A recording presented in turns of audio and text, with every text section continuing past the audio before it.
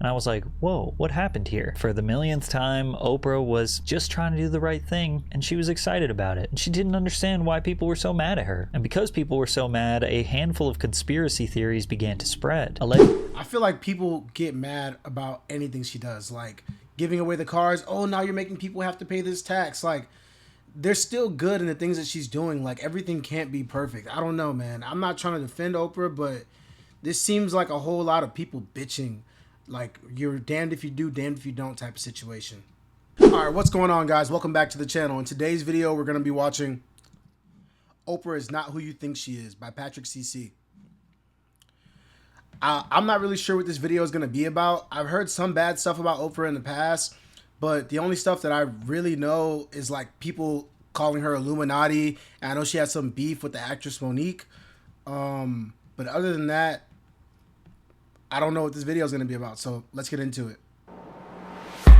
Oprah Winfrey was not friends with Jeffrey Epstein. She never went to a Diddy party, and somehow throughout every controversy she ever faced over her 40-year career, it was merely just a misunderstanding and she was completely innocent of any wrongdoing. Well, that's the official narrative. Whether she was platforming horrific offenders, exploiting victims for content, diverting attention away from Harvey Weinstein's crimes, starting a school in South Africa for young girls who ended up being abused by the employees, or her terrible Hawaii charity, the official narrative is always that Oprah was just trying to do the right thing and, unfortunately, it just didn't work out. But for some reason, if you scour across the internet, you will find that so many people think the billionaire is shady, hiding something, or potentially evil, which is the polar opposite of the mainstream opinion that she is a deeply empathetic woman who is extremely charitable with her money. So today we're going to deep dive into Oprah Winfrey's career and the controversies that kept getting reframed as misunderstandings, because at a certain point, the pattern becomes impossible to ignore. Oprah became both the youngest person and the first black woman to anchor the news at Nashville's WTVF TV at age 19. By 1984, dang, I've never seen Oprah look this young. I've never seen a young picture of Oprah. That's crazy. She relocated to Chicago to host WLS TV's morning program, AM Chicago, and this was around the time that the industry started to realize the potential Oprah had. AM Chicago became the city's #1 daytime talk show within a month, surpassing broadcasting legends like Donahue. Everybody loves Oprah. You mean me? She's fun, she's hip, she's really got her style. Say that a little louder, please. Less than a year later, AM Chicago expanded to a full hour and was rebranded as The Oprah Winfrey Show, which entered national syndication in 1986 and became television's highest rated talk show.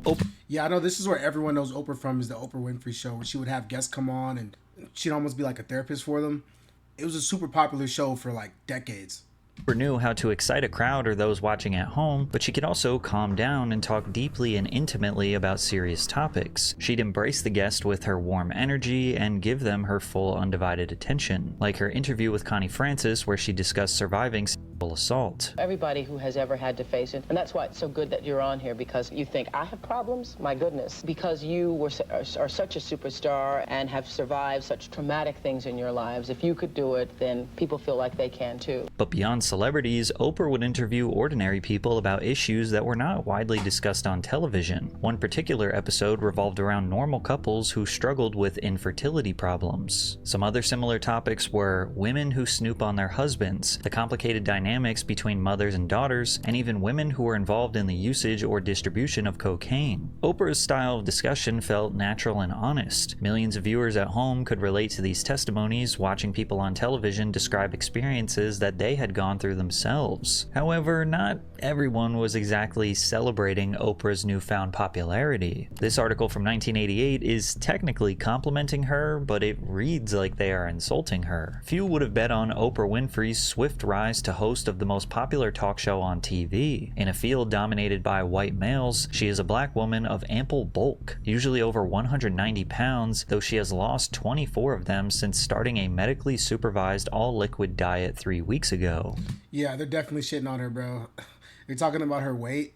What she lacks in journalistic toughness, however, she makes up in plain-spoken curiosity, robust humor, and above all, empathy. Oprah faced prejudice about her race, weight, and lack of formal education. She came off as a regular person just trying to relate to regular people. But beyond the prejudice, there were also real criticisms about how Oprah approached these topics. Her show focused more on how stories felt, rather than breaking them down in any kind of expert or academic way. Oprah wasn't bringing on specialists who could accurately explain why these people were in the situations that they were, but to be fair, many of the topics didn't really demand that level of analysis. These were everyday problems discussed by everyday people. But something interesting started to happen. Simply by hosting these conversations and validating people's stories, Oprah herself started to be viewed as someone to trust in a broad range of subjects, even though she wasn't presenting any research, expert consensus, or long-term data. Her authority got even stronger when she used herself as an experiment for extreme weight loss, and it launched her into mainstream fame. Oprah went on a 4-month-long medically supervised fast program called OptiFast, where she bragged about not eating any food for the entire duration. OptiFast is considered a supplemental fast, meaning that the patients subsist on high-protein, vitamin-packed powder mixed with water. The formula is taken 5 times a day to substitute for eating. Total daily caloric intake is 420. This is literally an eating disorder. This is literally 420 calories a day to lose weight. That's not good. That's not good. As someone who works out and is into health and stuff like that, this is not healthy, bro. 5 times a day to substitute for eating. Total daily caloric intake is 420. Oprah went from 212 pounds to 145 pounds in 4 months, and to celebrate her new body, she brought out a wagon of disgusting fat that represented the amount that she had lost. At the time, I felt it was important to show it in that way because I'd starved. I'd literally starved for 4 months or 4.5 months. The fat loss episode in particular caught the eyes of 62 Yeah, like I said, that's not healthy. She said she literally starved for months. million viewers. And people look up to Oprah, by the way, which is why this is so bad. During a period when everyone watched TV exclusively, this stunt almost got as much attention as the Super Bowl that same year. This was dangerous because it made an extreme, tightly controlled medical program look like a simple starvation diet, and the 62 million viewers who watched didn't have the doctors or financial means to attempt this safely. By Oprah celebrating the results without emphasizing the risks, the message became dangerously simple. This worked for me, so it could work for you. And the thing is once she gets off the diet and goes back to eating whatever she was eating before, she's just going to gradually put the weight back on. Suddenly, one supervised fast gave Oprah the perception as an expert in nutrition. She started making diet plans and dangerous foods a recurring theme on her show, which would eventually get her into some major legal trouble down the road. But by Dr. Phil in the back. In 1988, Oprah was on top of the world. She founded Harpo Studios, becoming the 3rd woman in American entertainment history to own her own studio. She now had more potential than any other talk show host or any other media personality in history. She had massive ambitions, and it quickly became clear that she was willing to do anything to get to the top, pushing boundaries of what daytime television could get away with. Like when she brought on a gang of white supremacists on her show to discuss their worldview. I just heard what you said. You just said, I don't sit with monkeys. You think because she's black, because I'm black, we're monkeys? Is that? That's a proven fact. A bunch of low IQ That's a proven fact, bro. I think this is a good thing to bring on white supremacists and talk to them, like, as a black person. It kind of, like, debunks a lot of the things that they believe. I think this is a good thing. But, yeah, this guy's crazy. Few racists came on Oprah to spread hate, and she did very little to push back or challenge what they were saying. The very moment that the white supremacists left the show, Oprah realized that she had platformed a very dangerous group of individuals, and she swore to never do it again. When they left, I made a decision that I would no longer allow the platform that I had to be misused by people who were carrying any form of negative energy that could create more negative energy in the world. That what I thought I had been doing was allowing people to see how violent, how abusive, how not smart they were, that I was actually doing the opposite. But this is only bad because she wasn't giving them pushback. If you give them pushback and challenge their worldviews while they're spewing the nonsense that they believe, then this is a good, productive conversation and can help change other people's minds who might think like those white supremacists or people who have these bad worldviews. This wasn't exactly the truth. Oprah continued to platform people with dangerous ideologies, and things got dark quickly. Winfrey slowly stepped away from logical, ordinary discussions and entertained more sensationalism. One of her most successful series was about a phenomenon called the Satanic Panic. It was a wave of moral panic that swept across the nation as many Americans believed that secret satanic cults were abusing children, performing rituals, and infiltrating schools, daycares, and communities. For Oprah, it looked like she saw this as a great opportunity, regularly platforming anyone who made claims of experiencing satanic worship. My next guest was used also in worshiping the devil, participated in human sacrifice rituals, cannibalism. What kinds of things went on in the family? Babies would be sacrificed, and you would have to, Babies. There were people who bred babies in our family. Despite lacking verifiable evidence, stories about supernatural or dark spirits kept viewers glued to the screen. The country's strong Christian values at the time helped fuel the hysteria, and the Satanic Panic became the modern version of the Salem witch trials. Some pastors even believed threats came from movies and video games. Heavy metal and hard rock bands like Iron Maiden, Def Leppard, and Judas Priest were accused of pushing Satanism through their lyrics and dark imagery. Because some of these bands were doing that. This is a fact. Some of their lyrics, I don't have the exact lyrics on hand, but yeah, a lot of these bands were devil worshippers. In 1989, Michelle Smith, co-author of Michelle Remembers, appeared on the Oprah Winfrey Show alongside Laurel Rose Wilson, another publicized victim of satanic cults. Her claims appeared in the 1988 book Satan's Underground, where she detailed extreme graphic stories of supposed occult torture. However, her claims were debunked after investigators found that none of her claims of satanic ritual abuse could be verified. In her book, Wilson described being forced into cult ceremonies, but reporters discovered that the key events were impossible. She wasn't living with abusive Satanists, but in foster care. No police or medical records matched Wilson's stories, and the people she named as perpetrators had alibis or no connections to her at all. Simply put, her book was all hearsay, but Oprah had her on anyway. Similarly, Smith's Michelle Remembers was debunked through basic fact-checking. Journalists found that a lot of the dramatic events Michelle described, like month-long rituals, car accidents, and hospitalizations, had no records or evidence. And despite both of these books being entirely made up, almost closer to science fiction, both women's experiences were presented by Winfrey as incontrovertible fact, and not once did she question the authenticity of any claim in either book. But Oprah did not stop there. She brought on a young boy named Duffy Strode, whose family was being chased out of town for stirring up fear in Marion, North Carolina. Whosoever therefore shall be ashamed of me. In your own word, tell us, what does that mean?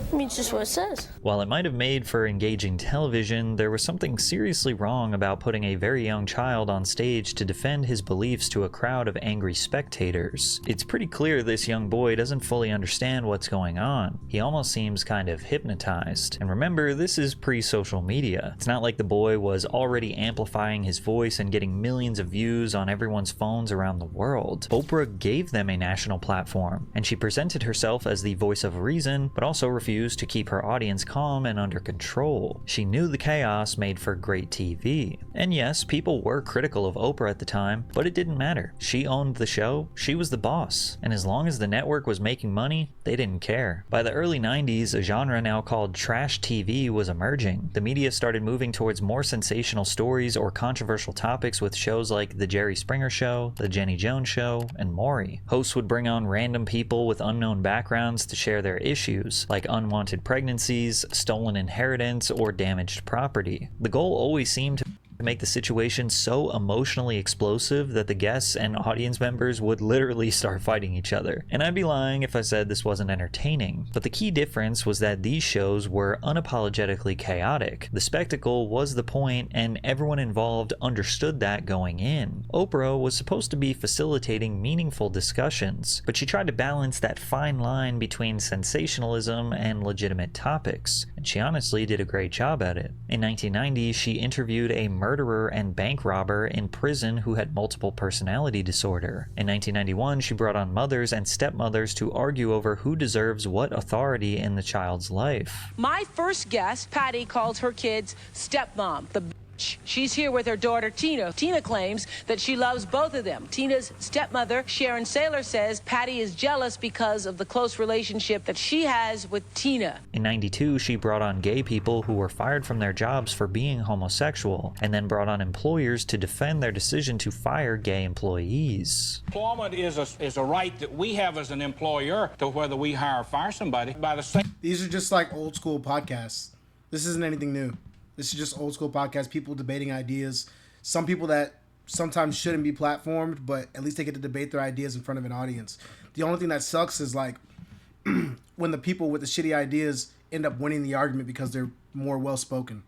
Same reason that I would not knowingly hire a homosexual, neither would I knowingly hire a prostitute or someone who is a gigolo or someone who is a womanizer, because I think I have that right to project a certain image for my company. In '93, she had a segment called Why White Men Fear Black Men, where white men express their views on racism to other black men's faces. I don't feel that the white race, I mean, how long can we continue to be guilty? Wrongs were done. It's a shame. There are wrongs presently. But how long can you play on the same thing? Something happened 20 or 30 years ago. And to her credit, she seemed to do a good job at creating these fair environments, where individuals with varying opinions can all get a chance to voice them, leaving the audience to decide what to believe. However, she did not give that same grace to celebrities, because in Hollywood, celebrities are expected to surrender their privacy as a part of the job. Their relationships, trauma, addictions, and mistakes are all treated as fair game for someone like Oprah to poke and prod at. Plus, the audience believed that just by being on the show that they had signed up to be interrogated.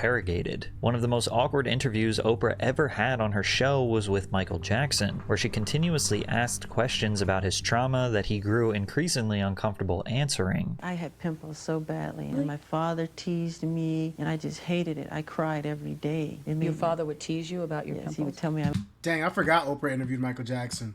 That's crazy. That's a legendary interview right there.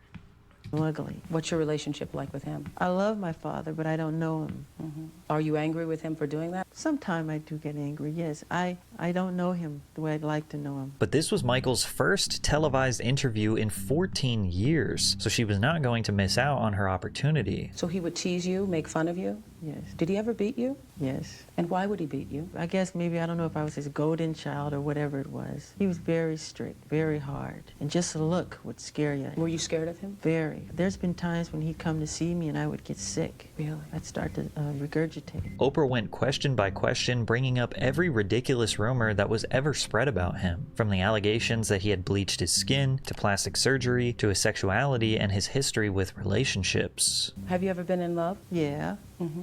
With Brooke Shields? Yes, and another girl. It's embarrassing for me to ask you this, but I'm going to ask you anyway. Are you a virgin? How could you ask me that question? I just want to know. I want to know. I'm a gentleman. It's something that's private. I mean, shouldn't be spoken about openly.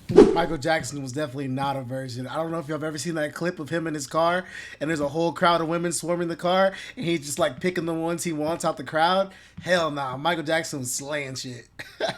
Call me old-fashioned if you want, but to me that's very personal. So you're not going to answer it? I'm embarrassed. So you're not going to answer it? Oprah's a rude person. She really thinks she's entitled to get an answer. Michael responds with class. She didn't deserve it. Oprah has no boundaries. Asking celebrities unrehearsed questions put her in total control. The famous guests knew that if they reacted normally and pushed back, Oprah's massive audience might turn against them and ruin their reputation. And because of this, every visit to the Oprah Winfrey Show was a bit of a gamble. Yeah, that is one big thing that's different about podcasts versus live talk shows, is there's people right there in front of you who can start yelling at you and heckling you if you don't say something that they like. No, talking with Oprah would be a big promotional tool for their career, but they could easily be caught in a trap where they might be forced to reveal personal secrets. Like when Oprah interviewed Broadway legend Nathan Lane and asked about his sexual orientation, but luckily Robin Williams saved him. Taking that role and being like typecast and people forever saying, are you not? Is he, honey, I don't know. Girl, you changed just in the middle of that sentence. Don't make me come out there. I don't think Oprah was trying to out me, but I said to Robin beforehand, I'm not prepared. I'm so scared of going out there and talking to Oprah. I'm not prepared to discuss, that I'm gay. Yeah, outing people in public on the spot in front of a whole group of people, that's some messed up shit right there. That's not something that's cool to do, bro. On national television. I'm not ready. And then, of course, she was like, how come you're so good at that girly stuff? And then Robin sort of swoops in and diverts the, Oprah goes off on a tangent and protects me because he was a saint. Oprah tried as hard as she could to get some sort of juicy gossip or headline from Prince, but he knew what she was doing and wouldn't give in. Have you ever perceived yourself as being weird in any way? Yeah. Yeah. I understand everything's relative, not weird to me. And you're living in Minneapolis, of all places. Minneapolis, yeah. I will always live in Minneapolis. You will always live here? Why? It's so cold, it keeps the bad people out. Some people... Dang, she interviewed Michael Jackson and Prince? That's some legendary shit, dog. Even think that he was low-key dissing her by saying it keeps the bad people away, since she was clearly hating on Minneapolis for some reason. Oprah also turned her sit-down with Toni Braxton into a straight-up interrogation about her finances and lifestyle, shaming her in front of the entire world. B-R-O-K-E, broke? Broke. Like broke? No money. No money. Like net worth what? Negative. Negative. Negative. She has filed for bankruptcy. She was so freaking mean to me. I was in shock. Do you take responsibility for the situation that you're in right now? 100%. I couldn't believe it because I loved her so much. I admired her and looked up to her. And she pretty much reprimanded me. I read that you were upset about stories that your overspending caused this. She says to me, I hear you have Gucci flatware. I'm Oprah Winfrey and I don't have Gucci flatware. First of all, I didn't know Gucci made silverware. Oprah even asked a very young Mary-Kate and Ashley Olsen about rumors regarding their weight. She wasn't satisfied with the 17-year-old twins' response and decided to dig deeper. There's a new rumor that's recently surfaced. Has really upset you, right? You know, the one about eating. People are going to write what they want to write. Either you're too fat, you're too skinny, and people are just going to write what they What size are you, by the way? Size. Yeah, I always like to know. Really short. And as the years went on, Oprah's empathy felt more like a tool to extract as much information and emotion as she could out of her guests. Yeah, that's literally what her show is meant for. She's trying to interview these people and get to know more about them, and she's skilled at being able to pull this information out of people. Yeah, at some point, these celebrities got to realize, like, if you're going on Oprah or any of these talk shows, they're potentially going to ask you some of these crazy questions. This is part of what you sign up for. A great example of this would be her interview with Kelsey Grammer. In a short span of time, his grandfather died of cancer, his father was murdered, his brother died in a scuba diving accident, and his younger sister was abducted, violated, and left for dead. If anyone needed a gentle interview, this was the guy. However, Oprah seemed like it wasn't enough for him to share his story. It was like she wanted him to relive it all over again. When my sister died, 2 years... You say my sister died. Your sister was brutally and murdered, yeah, which is a little different than just dying. You still miss her, I can see. Oh yeah, dude, this is vile, bro. This is vile. Do you ever get over it? No. Why does she keep... She was trying to make him cry on the show so she could get a clip. That's exactly what that was. saying brutally murdered? I mean, geez, he knows that. He doesn't need to be reminded of it like that. But besides her fake empathy, Oprah had another secret weapon, and that was that she could alter or edit any interview if it didn't go her way. Rapper Ludacris claims that she used her power to manipulate their conversation before the public ever saw it. But first, you have to understand that Oprah simply does not like hip-hop. I've been known for not being a big fan of rap music because of misogynist lyrics and because of the use of the N-word. You obviously feel differently. A little bit. A little bit. Therefore, her coverage of rap a little bit. All right, Jay. rappers and conversations with rappers should be viewed through a different lens. Oh, it looks like he's interviewed with her more than once, though, so his interview couldn't have been that bad. That was a very old clip, and this looks like a little more recent. Considering Oprah is extremely biased against them. But when Oprah had Ludacris on her show to promote his new movie Crash, she interrogated him as a rapper, even and Terrence Howard.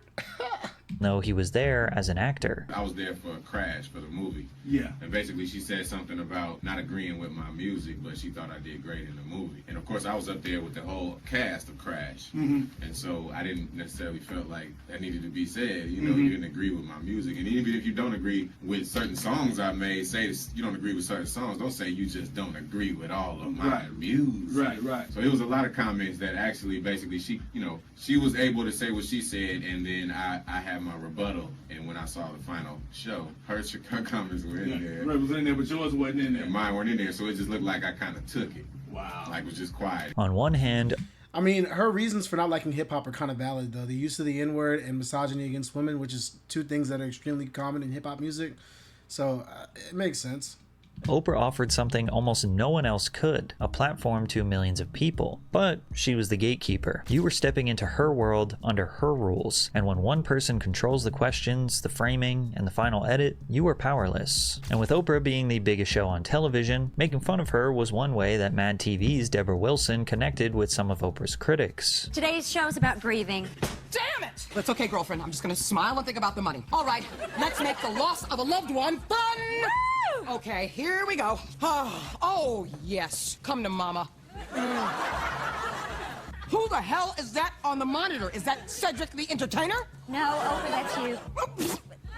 Oh, girlfriend, look, I had a rough weekend, okay? I gained over 180 pounds. I told you to take me only with the thinning camera. Now you could think, I told you, she's going to put that weight right back on, bro. If you start eating what you were eating before the diet, after the diet, that weight's coming right back 10 times, man. that this was done in poor taste, but others felt that Oprah had profited enough off others' trauma, and it was only a balancing act that she had some coming her way, like this sketch making fun of Oprah dunking on someone else's eating disorder. I would stuff myself with sweets. I understand how you feel, Mary, because I too was a victim of overeating when I was just a child. It was my great saying for years.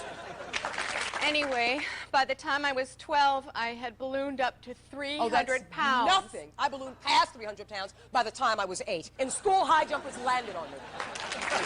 Okay, getting back to me, I started to diet like a fanatic. I tried every diet in the book. Oh, yeah? Well, I tried every diet there was. Water, fruit, no carbohydrates. And I still kept gaining. Finally, I had my mouth welded shut. Despite Mad TV pointing out the negative aspects of Oprah's authority, her ratings were through the roof. Her show drew 12 to 13 million viewers on an average weekday, so of course she wasn't going to change. In fact, she was doubling down, because she was arguably the most powerful person in television. In 1996, Winfrey began Oprah's Book Club, an on-air club designed to get the country excited about reading. After she would promote a book, they would start selling millions of copies. In 1997, she launched Oprah's Angel Network, a charity that raised more than $80 million from her viewers around the world. Winfrey also co-founded Oxygen Media LLC with Geraldine Laybourne, someone whose name was on Jeffrey Epstein's private jet log. Oxygen was a lifestyle and entertainment programming oriented towards women. And in '98, The Onion published a piece that exaggerated Oprah's influence to an absurd degree, but only because so many people already recognized the pattern. They took fake quotes from Oprah fans that said, "What book should I read? What low-fat lemon bread recipes should I use? What made-for-TV movies should I watch to give me a sense of empowerment?" asked Pamela Kolb. In these complex times, it can be frightening to have to go 3 weeks without any guidance from a television personality, but we must remain true to Oprah's vision. Our duty is to stay focused and on full alert until new orders are issued. But this doesn't really feel like an exaggeration. Oprah had a cult-like fan base of middle-aged moms all across the world, and because of that, she needed more content to supply her growing demand of emotional shock daytime TV. Her production company was looking to introduce another half self-help, half shock value show, kind of the classier cousin to Maury or Jerry Springer, and the perfect man for that was TV psychologist Dr. Phil. In the late 90s, Oprah was facing a massive lawsuit brought on by the Texas Beef Group. They started building a case after Oprah Winfrey aired an episode on her show called Dangerous Foods. She invited Howard Lyman, a cattle rancher turned vegetarian, onto her show to discuss controversial practices within the beef industry, including a process now banned in the US called rendering, which involves turning cow organs into feed for other cattle. She said because of this conversation, she would not eat another hamburger, and she had the type of influence where millions of people would just blindly listen to whatever she said. Beef prices went spiraling down after the episode, reaching a 10-year low, and the American beef industry felt that she defamed the entire industry. In the middle of her courtroom battle with Texas cattlemen, Oprah turned to Phil McGraw's trial consulting firm, Courtroom Sciences, Inc. With the help of Phil, Oprah won the case and came out on top. I just want to thank everybody who supported that idea and the idea of free speech. I believe I'm one of those people who probably just took it for granted, but that will never be so again. I mean, if she was just reporting on something that was true and it ended in the whole market spiraling, I mean, what can she do about that? It's the truth.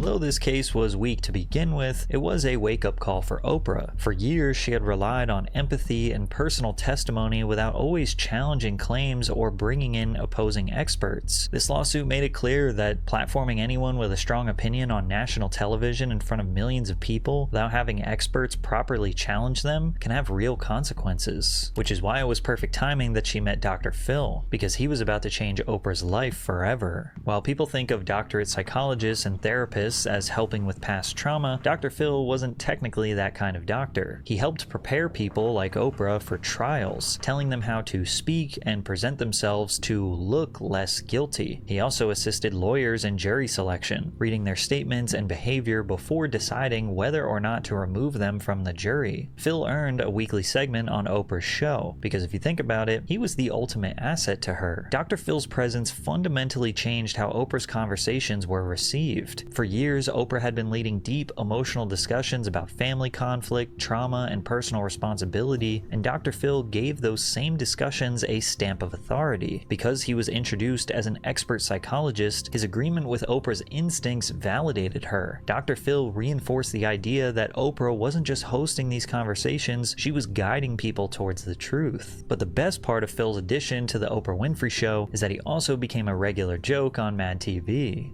Thank you, Oprah, for creating the Dr. Phil Show. For without it, I would truly be somewhere in Texas, sitting in a trailer, drinking excessively, and touching my private parts while watching Mexican soap operas. Dang, it's crazy to know that Oprah was Dr. Phil's boss. I didn't know that. I didn't know that he was on her network. However, actual therapists became really concerned when McGraw's popularity led to Oprah's production company creating his very own syndicated talk show, Dr. Phil, where people with deep personal or family problems came on stage to discuss their situation in front of a live audience. When his show aired in 2002, it had the biggest debut ratings of any new talk show since Oprah Winfrey in 1986, and it would remain in the top 2 daytime talk shows for more than a decade, meaning Oprah now owned the 2 biggest daytime talk shows in the world, and at the same time she officially became a self-made billionaire. And despite the show's popularity, Phil McGraw has long been the most controversial mental health expert on TV. Professionals have criticized Dr. Phil's style of advice, describing it as overly simplistic, sometimes harmful, and not a substitute for licensed therapy. To make matters worse, Phil might have earned a PhD in clinical psychology, but he is no longer a licensed clinical psychologist and hasn't been since 2006. He stopped renewing his license after his TV career started to take off, but I wonder if it's actually legal for him to give this advice then. Well, I guess it is if he's been doing it for this long, but damn, that's crazy that he doesn't have a license anymore.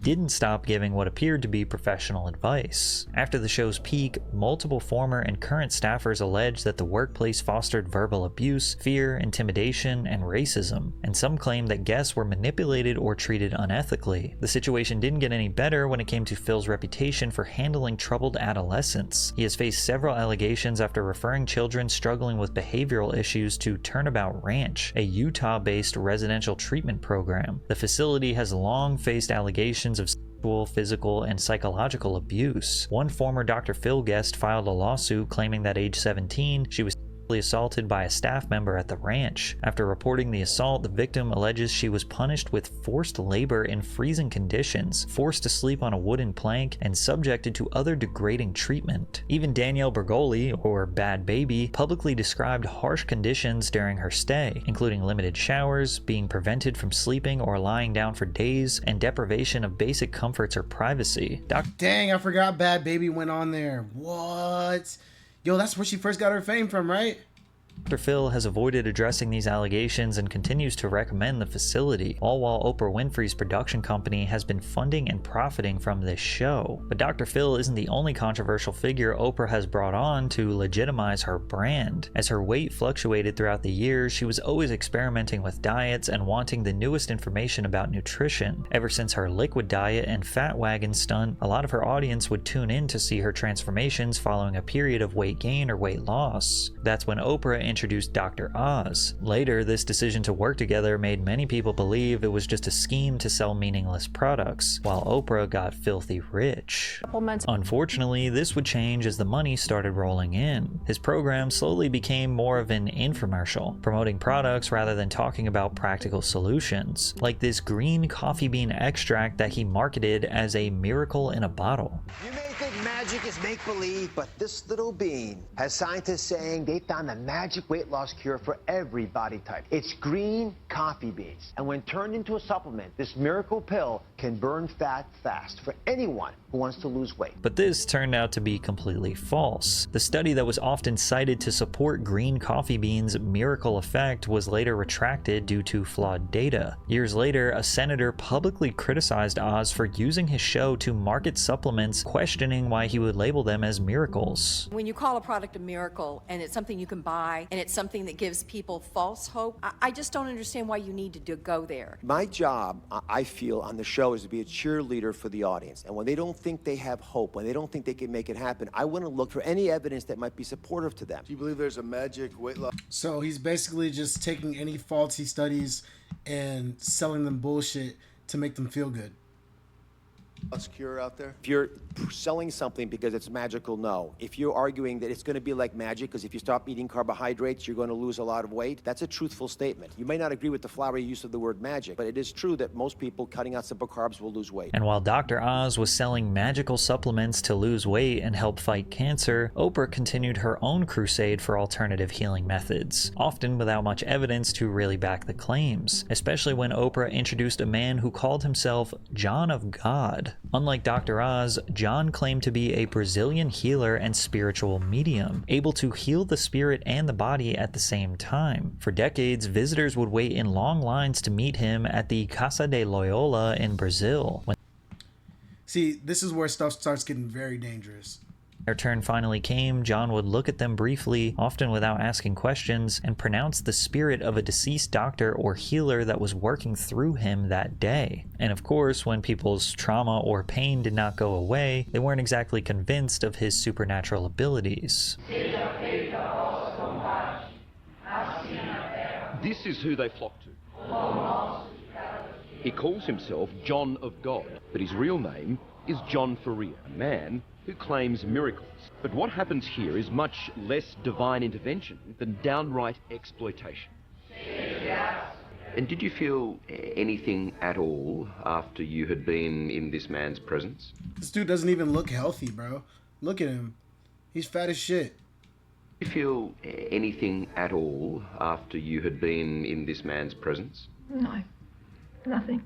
Any logical person would look at this as nothing more than a grift. Others might see this as the early foundations of a cult. But on November 17, 2010, Suzanne Casey wrote in Oprah's O magazine about her trip to see him in Brazil. After the death of her father, Casey wondered if John of God could help heal her grief. The article was called Leap of Faith, Meet John of God, and it was covered on the Oprah Winfrey Show. If that wasn't strange enough, Oprah even visited the healer on Oprah's Next Chapter, traveling to Brazil to meet him in person. And once again, due to Oprah's massive platform of millions of people who will just listen to whatever she says, his appearances across her programs helped his healing center gain international attention, drawing thousands of visitors who trusted Oprah's coverage. However, it turns out John was exploiting his authority to abuse vulnerable patients. More than 200 complaints poured in from 9 Brazilian states and 2 from overseas. Bro, it's always some type of sexual abuse, bro. Every time with these dudes, man. These cult leaders. And as a result, John of God had no other option but to surrender himself to the authorities. The number of sexual abuse allegations against him grew to nearly 600 women between 1986 and 2017. 600 women? Yeah, bro. Turn yourself in, bro. Now, on one hand, it's highly likely that Oprah had no idea that John of God was an absolute monster. She probably read the article and just believed that her team had done a thorough investigation before giving it the green light. On the other hand, I think you've now noticed the pattern of Oprah platforming very dangerous people. You'd think that after experiencing so many of these scandals, Oprah would be cautious of who she endorsed by bringing on her show. But at this point, Oprah was simply too big to fail. In 2010, she consistently made the #1 spot on the Forbes Forbes list of the most powerful celebrities. If she made $77 million in 1 year, it was considered a bad year. And unfortunately, it seemed like the richer she got, the more disconnected she became from reality. Like how she held massive giveaways that ended up costing her own guests a small fortune, or how she decided to tackle poverty and education in Africa only for her program to allegedly traumatize innocent children. Part of what made the Oprah Winfrey Show so famous was its large-scale giveaways to members of the live audience. Oh yeah, I know when she was doing these giveaways, like giving away cars and stuff, the people would have to pay taxes on that shit. So you give away a $40,000 car, bro, and people got to pay 10, 20, 30, 40% in taxes out of their own pocket. Like, I know that was one of the big issues that they had with her giveaways, which only grew her persona as a kind and charitable woman. The segment was called Oprah's Favorite Things, and instead of giving away cheap electronics, Winfrey would give away home renovations, wardrobe makeovers, group therapy retreats, or scholarships that could genuinely change someone's life. And every time the crowd absolutely lost their minds, something that was often made fun of by comedians. The most expensive gift ever given away on Oprah's Favorite Things? A DVD handycam valued at over $900!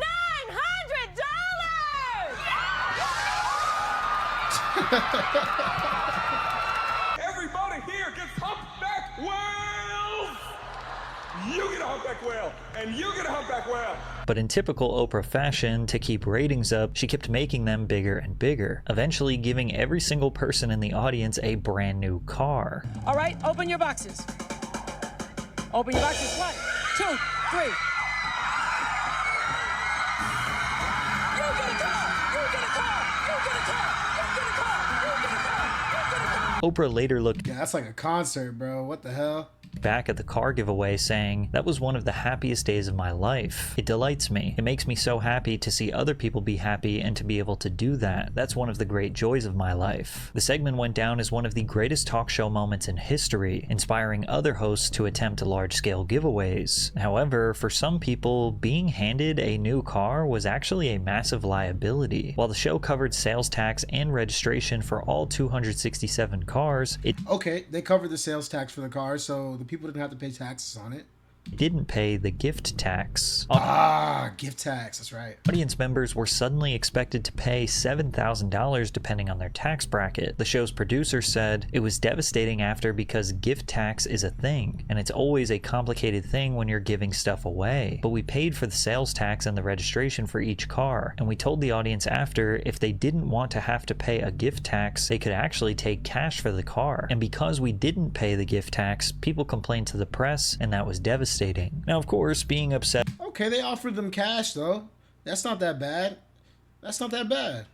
with Oprah over this is a little wild. It's a generous gift, and it's even more generous to give people the alternative of just receiving cash. But it was showing a pattern that Oprah was sort of detached from regular people. She didn't appear to understand that just throwing money around doesn't solve problems. In fact, it can actually create more problems. She had to learn this the hard way when she started a school in South Africa, but things got so much darker than she ever could have imagined. Earlier in her career, Oprah met with South African President Nelson Mandela to discuss strategies for addressing poverty. During her stay at the Mandela's home, she expressed her belief that education is key to leveling the playing field and shared her dream to build a school for girls in their country. 5 years later, the Oprah Winfrey Leadership Academy for Girls opened its doors. She poured $40 million into the 28-building campus for poor and disadvantaged girls. It can be a place of... This seems like a good thing, like a good-hearted thing to do. I wonder how this got messed up. learning as well as living for them. We have to have a theater because this is a school for leaders, and in order to be a leader you have to have a voice. And in order to have a voice you need oration. So the idea for the school came about based on what I felt would be an honor for the African girls. And all this for free. Free uniforms, free books, free meals. Everything is free at Oprah's school. Initially, she was criticized for being too extravagant. Critics questioned whether high thread count sheets in the dormitories, a beauty salon, 2 theaters, and a dedicated yoga studio were necessary for an institution serving girls from Yeah, but this is an institution made by Oprah, a super rich woman. If she did anything less, people would have been criticizing her for not giving them the bare minimum or for giving them low quality shit. So of course she made the school super high quality. Like, what? This doesn't even make sense. Why are they complaining? Impoverished communities. However, horrific allegations between 2007 and 2010 made the situation far more serious. A dormitory employee, Virginia Macapo, was arrested on charges including assault, indecent assault, and soliciting underage girls to perform indecent acts. At least 7 victims came forward, and Winfrey was shook to her core about these horrifying statements. She flew down to South Africa immediately. Winfrey, who called herself Mama Bear, praised the girls who reported the abuse. As often is the case, child abuse, sexual abuse happens right within the confines of the people you know. I personally spoke to all the girls and encouraged them to come forward over the abuse claims. The girls are receiving counseling. I told the girls that we are going to clean out the school. There is still a lot of potential there, but Oprah may have overcorrected the problem and made the school even worse. See, but how is that her fault? Like, you can hire people, you don't know the full backgrounds of every single person, and maybe these people never committed crimes before. Like, how is the abuse her fault? Like, yeah, it happened in her school, but I don't see this being her fault directly. You know what I mean? After firing a ton of staff and implementing new rules, one parent described the school as now isolating its pupils from society, while others described it more like an abduction, where they sometimes couldn't even see their children. According to some of these parents, the school seemed like a detention camp. Witnesses stated, "We had only 2 hours to see my child. Surely this isn't a prison or an institution. The poor children are not even allowed to have any treats. Their diet is fruit, yogurt, and sandwiches." The previous week, there was a meeting for parents and guardians with the staff, and these issues were not brought up. Once again, Oprah, on her pursuit to make herself look better and extremely charitable, she completely misses the mark of what these mothers actually want. And it's ironic that she called herself Mama Bear to these girls when she really knows nothing about motherhood. She once said, "When people were pressuring me to get married and have children, I knew I was not going to be a person that ever regretted not having them, because I feel like I am a mother to the world's children." Now, being a symbolic parent is not the same as being responsible for a child's day-to-day safety and emotional well-being. Oprah viewed her school as protection and opportunity, and actual mothers viewed it as isolation and control, something that Oprah would have seen if she was an actual parent with a child of her own. Oprah later acknowledged that she might have underestimated the psychological impact of a strict boarding school. "I have made several mistakes, and one of them was being overprotective of the girls, which has led to an impression that the school is isolating them from society." But yeah, but after the situation, it makes sense that she was being overprotective because people were abusing the girls. Like, I get the overcorrection to a degree. I think people are kind of bitching a little bit. I don't know. Again, this isn't really an apology. She's just being overprotective because she cares so much. But things were about to get so much worse. The alleged assailant, Virginia Macapo, was formally acquitted. Do you think that she was being overprotective because she cared so much, or because it would look bad on her name if something was happening to these girls? Genuine question. Y'all let me know in the comments. So much worse. The alleged assailant, Virginia Macapo, was formally acquitted of all 14 charges. The magistrate ruled that the testimony from the alleged victims was contradictory and lacked corroboration. Macapo declined to say whether she would forgive Winfrey and the staff of the academy. Oprah responded, "I am profoundly disappointed at the outcome of the trial. I will forever be proud of the 9 girls who testified with the courage and conviction to be heard. There was no justice for the young girls who were assaulted at Oprah's school." Now, if you do a little bit of searching beyond the mainstream news, you will find countless accusations that there are missing children from Oprah's South African school. People have long been trying to connect Oprah's school with Jeffrey Epstein. However, there are no reports of missing children, nor... Now that would be crazy. Oprah's school being linked to Epstein? Oprah being linked to Epstein in general would be insane.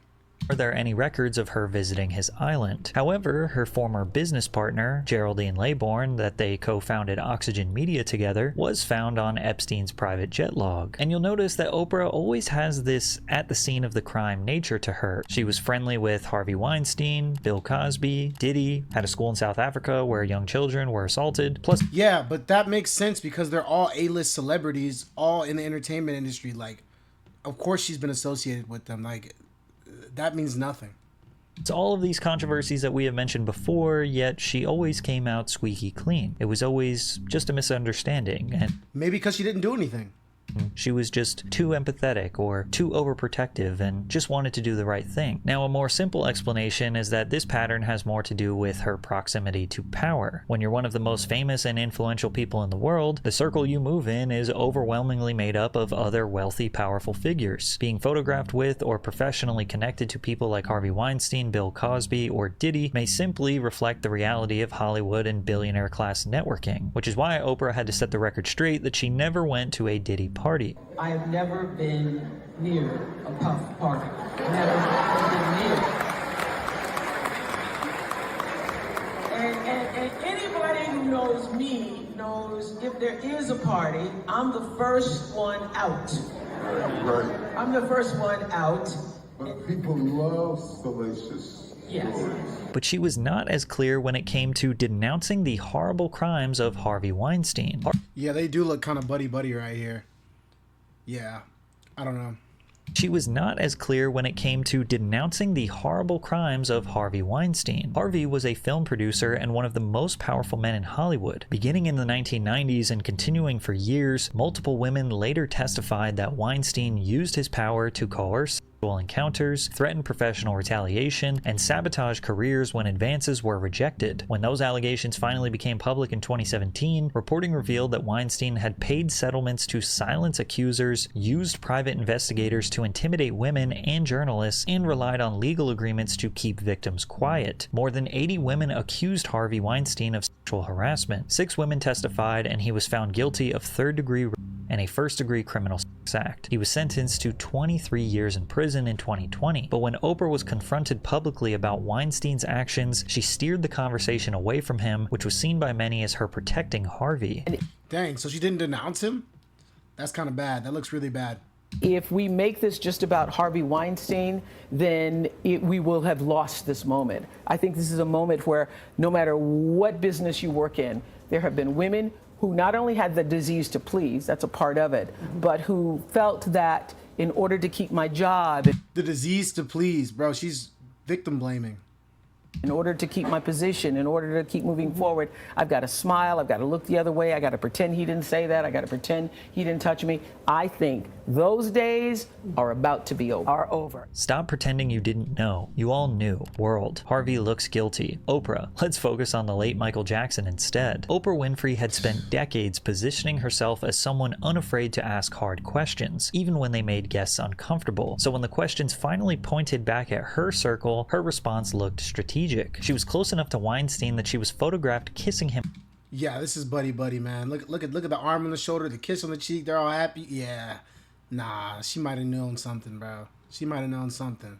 On the cheek. Are we really to believe that she had no idea what he was doing to obtain that power? Maybe he gave her some tips and tricks of the trade. Oprah has slowly become another corrupt American billionaire in the eyes of the public. The empathy that once made her famous has started to come into question. It seems like every time Oprah Winfrey tries to share her money and power with the public, a story will follow exposing her as an opportunist, cosplaying as empathetic just to get everything she ever wanted, especially when it came to her response to the natural disaster in Maui, Hawaii. Instead of looking like a generous helping hand, the public only saw her as a corrupt landlord trying to protect her massive empire of stolen land. Oprah's connection to Hawaii began when her longtime trainer turned property manager, Bob Green, suggested she consider buying land there. Bob had been visiting a particular area of Hawaii for 15 years, drawn to its weather, mountains, and ocean views. While searching for the perfect spot, he eventually found it in a remote, upcountry region where most homes sit along moss-covered hillsides overlooking the sea. Bob encouraged Oprah to check out the nearby property that had gone up for sale, and Oprah was quick to frame her purchase as another act of generosity. Referring to Bob, Oprah said he was worried that some developer might swoop up the land and build condos. So instead, Oprah decided to buy it and build up her own private estate. Over the years, Oprah continued to buy massive plots of land all over Maui, and now she owns over 1,000 acres that she more or less keeps for herself. Now, Oprah has received praise for employing native Hawaiians and preserving wildlife, but there was definitely a fair amount of criticism coming from people about how she chose to do it. And that only got worse when the Maui fire became a national tragedy. On August 8th, 2023, a series of devastating wildfires swept across Maui, including Lahaina Upcountry and Kula, becoming the deadliest U.S. wildfire in over a century. Lahaina was impacted the hardest. Dry vegetation, powerful hurricane winds, and downed power and communication lines made the fire spread incredibly fast and made it almost impossible for people to evacuate safely. More than 2,200 buildings were damaged or destroyed, and entire neighborhoods were reduced to ash. The confirmed death toll reached over 100 people. After the wildfires, Oprah and Dwayne "The Rock" Johnson launched the People's Fund of Maui, each pledging $5 million to help survivors. Just click where you see below and send a donation. That money is going to go to one of many residents who have been displaced in Maui. We guarantee. In this case, the fund that we created with a lot of hard work from a lot of hardworking people who all care about these people of Maui, as Oprah was saying, it is a clean, direct from you directly to their hands, and right away with some real immediacy, because as we're finding, as you guys around the world know, with disasters like this, the number one need is money. Is money. In hand. Now we can... That looks like a good, genuine thing that they're doing, though. I don't see how that's really bad. We can all admit that any amount of money donating to a good cause is a good thing, and we shouldn't shame people for that. And of course, The Rock and Oprah donating $5 million is incredibly generous. But two billionaires giving out the equivalent of pocket change to them, and then asking hardworking Americans to donate instead just kind of felt a little bit like a slap in the face. In response to the unified hatred, The Rock said, "When we first launched the fund, there was some backlash. I get it and I completely understand, and I could have been better, and next time I will be better," noting it's hard to donate when the person asking you for money already has a lot of money. Ultimately, The Rock was able to get away from the story in a handful of days. He was born and raised in Hawaii, so those people didn't feel as much anger towards him. However, Oprah still hasn't been able to live this down. Winfrey told CBS that she was terrorized and vilified online following the announcement of the fund. "I was so excited about it, and then I got up the next morning and I saw all of this vitriol, and I was like, whoa, what happened here?" For the millionth time, Oprah was just trying to do the right thing, and she was excited about it, and she didn't understand why people were so mad at her. And because people were so mad, a handful of conspiracy theories began to spread. I feel like people get mad about anything she does, like giving away the cars. "Oh, now you're making people have to pay this tax." Like, they're still good in the things that she's doing. Like, everything can't be perfect. I don't know, man. I'm not trying to defend Oprah, but this seems like a whole lot of people bitching. Like, you're damned if you do, damned if you don't type of situation.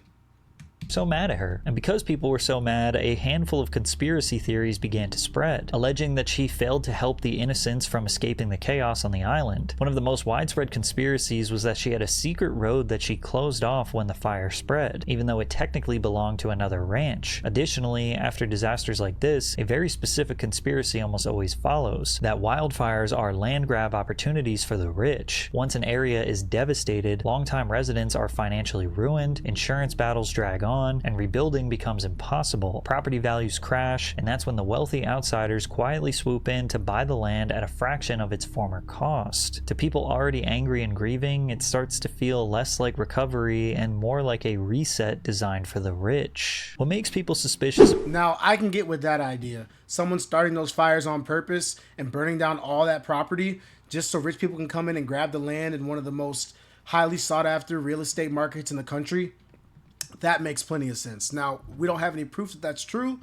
Maybe there is some. I haven't seen it, but yeah. About Oprah Winfrey isn't a single accusation. It's a pattern of power, being surrounded by countless controversies, yet somehow never being seen as at fault. For decades, Oprah didn't just participate in media, she controlled it. She owned her voice, her distribution. And if you were on her show, she also owned your voice. There was never a gatekeeper she had to answer to, because she was the gatekeeper. If a controversy surfaced, Oprah didn't wait for the narrative to form. She got in front of it, softened it, and reframed it on her own terms. Now, to her credit, she did teach millions of people how to talk about pain, healing, and growth, but that also became her secret weapon. Her own failures didn't result in accountability. They were just life lessons that she had to go through. Not to mention, she benefited from it every time, platforming countless con artists, a boost in ratings, promoting a dangerous or unproven diet trend, a best-selling book, and more cultural influence. Good friends with Hollywood predators, never asked what she knew about them, and is seen as empathetic for shifting focus on victims. Buys up 1,000 acres in Hawaii, money, pricing out natives right before a natural disaster, seen as a savior for launching a charity with other people's money. Those victims were just a part of God's plan for Oprah. She was just trying to do the right thing, and her audience believed her every time. And now, she's worth nearly $3 billion.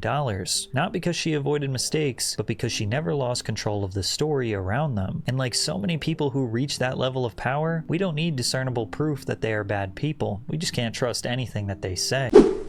All right, that's it for today's video, guys. Be sure to like, comment, and subscribe. Let me know what y'all think in the comments. Do you guys think Oprah's a good person who's just misunderstood? Do you guys think she's just another evil billionaire? Y'all let me know.